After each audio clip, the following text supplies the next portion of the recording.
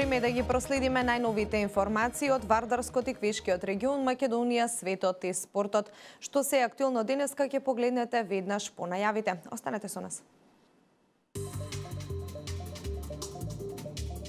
Не стивнуваат пожарите, активни пожари кај Попадија и на Јакупица.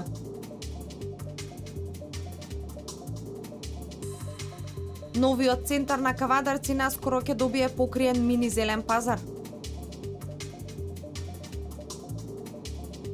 Ќе се реши проблемот со водоснабдувањето и во село Сопот.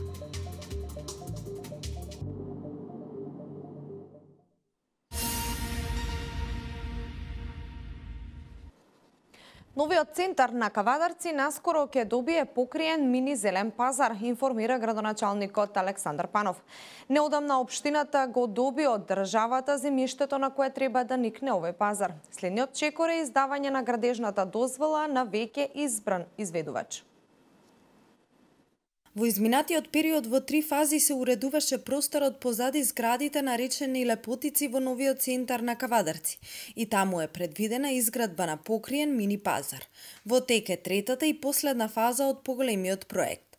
Неодамна општината го доби од државата земјиштето на кое треба да никне пазарот. Следниот чекор е издавањето на градежна дозвола на веќе избран изведувач, информираше градоначалникот Александар Панов. И сега сме во тек е издавањето на градежната дозвола на веќе избран изведувач, кој што имаше мал застој токму заради чекањето и изборите и формирањето на владата. Крајниот рок е некаде 15 август и мислам дека до 15 август, бидејќи тоа е брзо се работи, монтажно е, веќе има фундаменти, има подземна инсталација од страна на јавното претпријатие Комуналец. Потребно е само да се стави ограда, да се стави кошулица и да се истото покрие. Тезгите веќе ги има изработено јавното претпријатие Комуналец, така што до 15 август очекувам комплетно да бидат завршени работите. Истовремено, хортикултурно ќе се доуредува просторот наоколу. Панов потсетува дека во изминатиот период овој простор беше осветлен, а беше направено и мало фудбалско игралиште, патеки и лулашки за деца, како и место за одмор и рекреација. И мислам дека комплетно го изменивме изгледот на овој донекна запуштен дел од градот, а сепак се работи за нов центар на градот.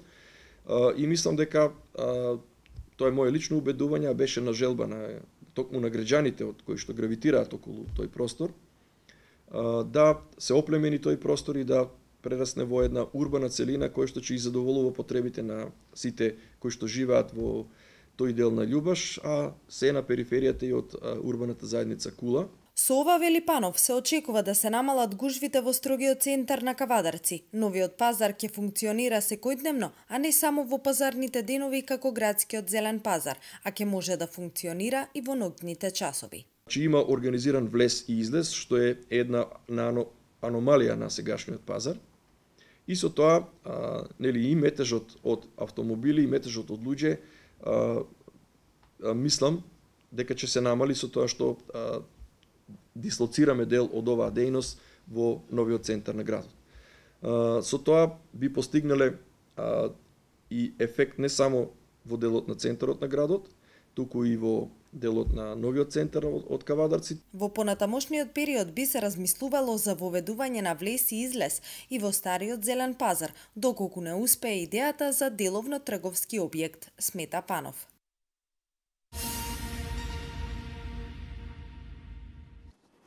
Општина Велес продолжува со реализацијата на проектите во делот на водоводната мрежа. Проблемите со недостиг на вода во руралните населени места наскоро ќе биде целосно решен. Следниот потфат е во населеното место Сопот, информираше градоначалникот Славчо Чадиев. Водоснабдувањето проблеми во село Сопот. Поради екстремно високите температури, жителите на ова село периодов се соочуваат со недостиг на чиста вода за пиење. Од локалната самоуправа велат дека во подготовка е проект за изградба на водоводна мрежа. Иако во ова село живеат мал број на луѓе, Чадие вели дека неопходно е да се реши овој проблем.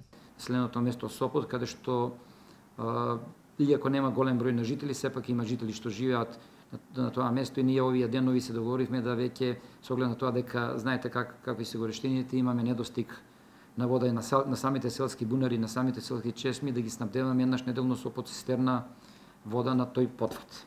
Од територијалната противпожарна единица Велес добивме информации дека во текот на вчерашниот ден нивно возило ги снабдило мештаните на село Сопот со чиста вода за пиење. Од таму вела дека се додека има потреба, цистерна со вода секојдневно ќе биде на услуга на овие граѓани.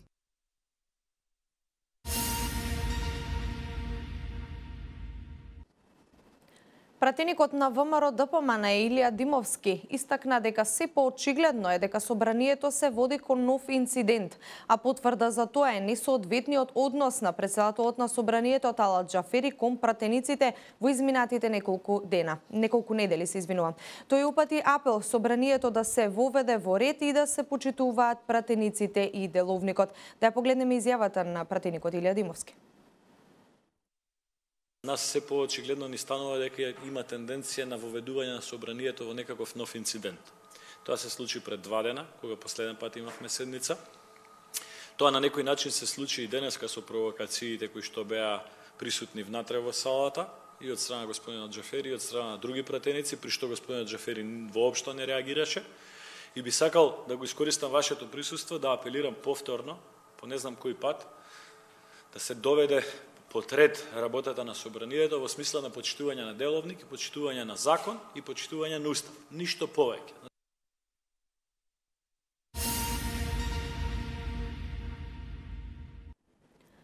Пожарите се уште не стивнуваат. Од територијалната противпожарна единица Велес информираат дека активни пожари има кај Попадија и на Јакупица.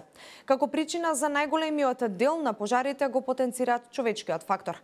Командирот Лепидовски вели дека иако постојано апелираат на внимателност од страна на граѓаните, сепак совеста е на најниско ниво. Пожарите кај Попадија и на Јакупица се уште активни. Според информациите од територијалната противпожарна единица Велес, екипи на шумското стопанство Бабуна се на терен. Кај Попадија, освен вработени во шумското, во локализирање на пожарот, учествуваат и екипи од Прилепската противпожарна единица. Во најголем дел од пожарите, причина е човечки фактор. Секогаш има интерес нешто за тоа стои. Или крадење на дрва од шумата, скривање на криминалот, што тоа не го покрива сета оваа штета што е, или онаа печурка што е скапа, значи што испаѓа, што се служи во скапите ресторани, после гореното испаѓа, или паша за добитокот. И има задоволство некои кои што ги викаме пиромани да уживаат од тоа како луѓето се мачат и како луѓето се бранат од огнените стихии. Според Лепидовски, она што е загубено со шумските пожари не може да се надомести во наредните 30 години. Од територијалната противпожарна единица од Велес постојано упатуваат апел до граѓаните преку разни активности за грижа за околината. Неодамна во близина на наплатната рампа Велес Скопје беше организирана едукативна акција преку делење флаери за возачите.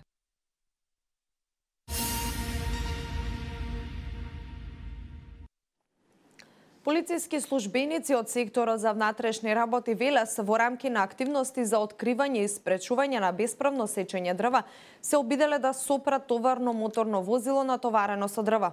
Во акцијата, еден од полициските службеници бил повреден од страна на осумниченото лице НА, кое се обидело да побегне со нелегално натоварените дрва во возилото. Валентина Михаловска ги има деталите.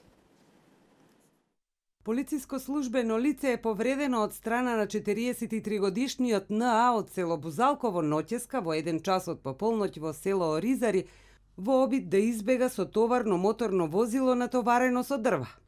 Имено полициските службеници од секторот за внатрешни работи Велес во рамки на активностите за откривање и спречување на бесправно сечење дрва се обиделе да го сопрат товарното моторно возило управувано од НА, но истиот на даден знак не застанал и во обид да избега од возилото, стартувал со голема брзина во правец на полициските службеници. Од страна на полицијата било пукано од огнено оружје во пределот на гумите со намера да го сопрат, при што НА удрил во еден од полицајците. Повредениот е пренесен во медицинскиот центар Велес за укажување на лекарска помош, каде му е констатирана телесна повреда, а потоа е пуштен на домашно лекување. Лицето НА е приведено и задржано во полициската станица Велес за понатамошна постапка. Увид на местото на настанот извршила екипа од СВР Велес, а за настанот е известен и одделот за внатрешна контрола, криминалистички истраги и професионални стандарди.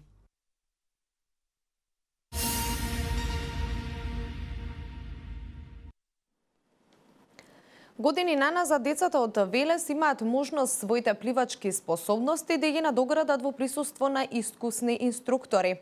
Пливачката школа и оваа година активна на градскиот базен во Велес. Валентина Михайловски има повеќе за овој настан. Повеќе од 100 деца од почетокот на летото беа дел на пливачката школа, која со години се организира на градскиот базен. 4 инструктори за безбедност на вода и професори по спорт и спортска култура на секои 10 дена обучуваат нови групи деца. Тие се поделени во 3 возрастни групи и ги учат основните техники на пливање. Сето тоа го работиме континуирано, редовно секој ден ги работиме сите елементи што постојат во сите 4 техники на пливањето. Значи со ред. На почетокот секогаш се почнува со нозе, работа со нозе и дишењето, бидејќи тоа најважно. Без дишење нема пливање. Дишењето и работа со нозе. Рацете ги уклучуваме во сите техники најпосле, бидејќи секогаш ги користиме помагалата со раце. Интересот е доста голем, особено во последниве денови, кога температурите се доста високи, велат инструкторите. Изминатите 25 години низ рацете на стручните педагози по спорт и спортски активности или физичко воспитување, во соработка со сите досегашни структури кои што управувале со базенот, поминале и илјадници деца. Верувам дека родителите се задоволни, нашиот труд е максимален, се вложуваме максимално за да го постигнеме тој успех. Пливачката школа се организира во рамки на активностите на општинската организација на Црвен крст Велес.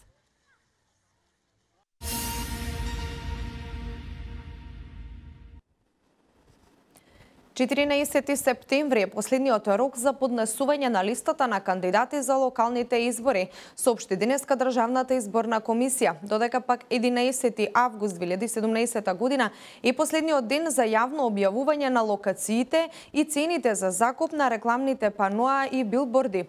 А најдоцна до 25 август општините и град Скопје се должни да ги објават условите за добивање право за користење на местата за истакнување изборни плакати. Државната изборна комисија подсетува дека 11 август е крајниот рок до кога печатените медиуми и електронските медиуми интернет портали се должни ценовниците да ги достават во Државната изборна комисија. Државниот завод за ревизија, Државната комисија за спречување на корупцијата, а радиодифузерите да ги достават и до Агенцијата за аудио и аудиовизуелни медиумски услуги. Продолжуваме со вести од Македонија. Интерпелација за министерот за животна средина и просторно планирање Садола Дураку поднесуваат пратениците на ВМРО ДПМН и Коалицијата за подобра Македонија.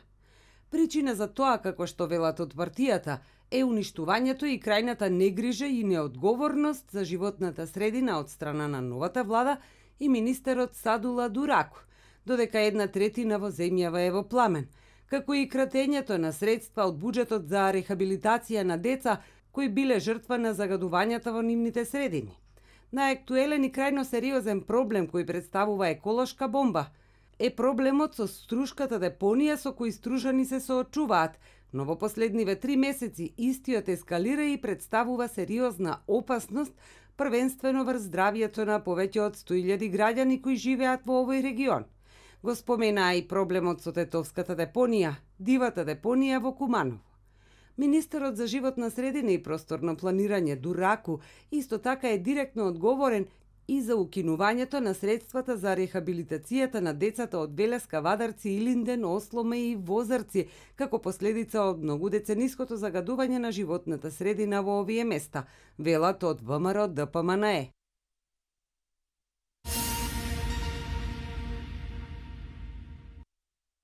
Купното производство на шумски производи во државните шуми во второто тримесечие од 2017 година во однос на второто тримесечие од 2016 година е намалено за 21,1%, објави Државниот завод за статистика.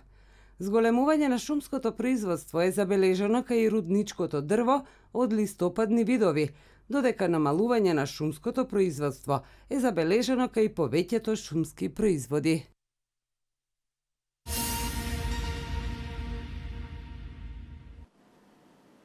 Земјотрес со интензитет од 6,6 степени по Рихтеровата скала го погоди северниот остров Лузон, а се почувствувал и во главниот град Манила. Епицентарот потресот бил на длабочина од 168 км на 47 км северозападно од Лузон. Нема извештаи за жртви. Во Манила е побарана евакуација на објектите и училиштата. Продолжуваме со вести од светот. Би сакал да му се заблагодарам на Путин што овозможува да се заштетат американски пари, изјавил американскиот претседател Доналд Трамп, изразувајќи му јавна благодарност на неговиот руски колега Владимир Путин затоа што помага за намалување на трошоците со неговата наредба за намалување на бројот на персоналот во дипломатските мисии на САД во Русија. На крајот од јули, рускиот претседател нареди да се намали бројот на американскиот дипломатски персонал во Русија за 755 лица, што беше одговор на Москва на најновите американски санкции кон Русија, што го усвои Конгресот. Со ваквата одлука, со која се опфатени амбасадата на САД во Москва и конзулатите во Санкт Петербург, Екатеринбург и Владивосток, бројот на американските дипломати во Русија ќе изнесува 455, односно исто толку колку што има и руски дипломати во САД. Американските медиуми, повикувајќи се на дипломатски извори, објаснуваат дека поголемиот број од персоналот што треба да се намали, всушност е домашен кадар кој бил ангажиран во дипломатските мисии. Кога Путин ја објави наредбата, Стейт Департментот реагираше со соопштение дека станува збор за жално решение. Трамп сега не жали за ваквата постапка, туку му благодари на рускиот претседател за заштедата што на САД на овој начин им се обезбедува.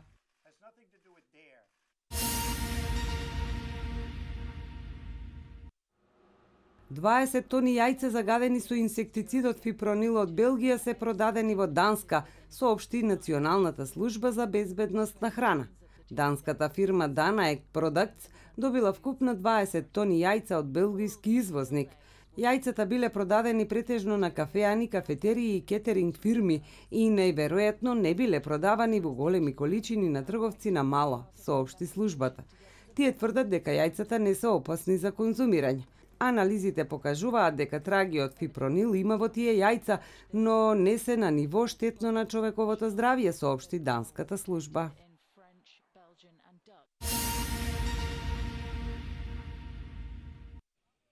Пожар во лондонската подземна железница Оксфорд Стрит избувнал предпладнево пошто сите присутни биле итно евакуирани, извести лондонската полиција.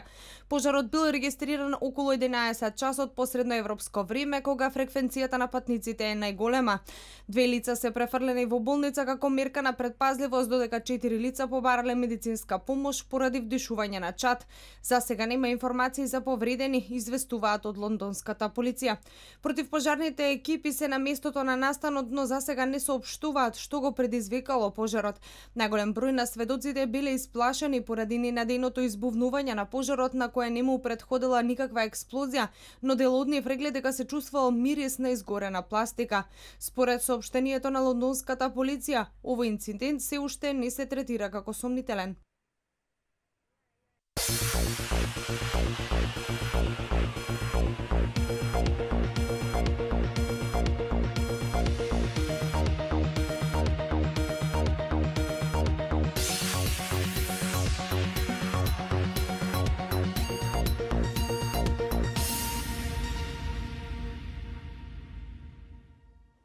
И денеска имаме сончево и многу топло време, проследено со слаб до умерен ветер во западните делови од западен, а во источните од јужен правец. Температурата се движи во интервал од 33 до 40 степени. Во сабота, во текот на денот ќе има зголемување на облачноста и ќе дува засилен југозападен ветер, но дневната температура се уште ќе се задржи висока. Во попладневните часови и ноќта кон недела ќе биде променливо и нестабилно со врнежи од дожд, кои на повеќе места ќе бидат поројни и проследени со грмежи. Локално можно е процесите да бидат поинтензивни, особено во источните делови. Во недела ќе дува засилен северен ветер, а дневната температура значително ќе се намали, на места и за повеќе од 10 степени. Од понеделник ќе биде стабилно со постепен пораст на дневната температура, но во рамки на просекот за овој период од годината. Метеоинформациите се последни за овој дневник. Ви благодарам за вниманието. Пријатно.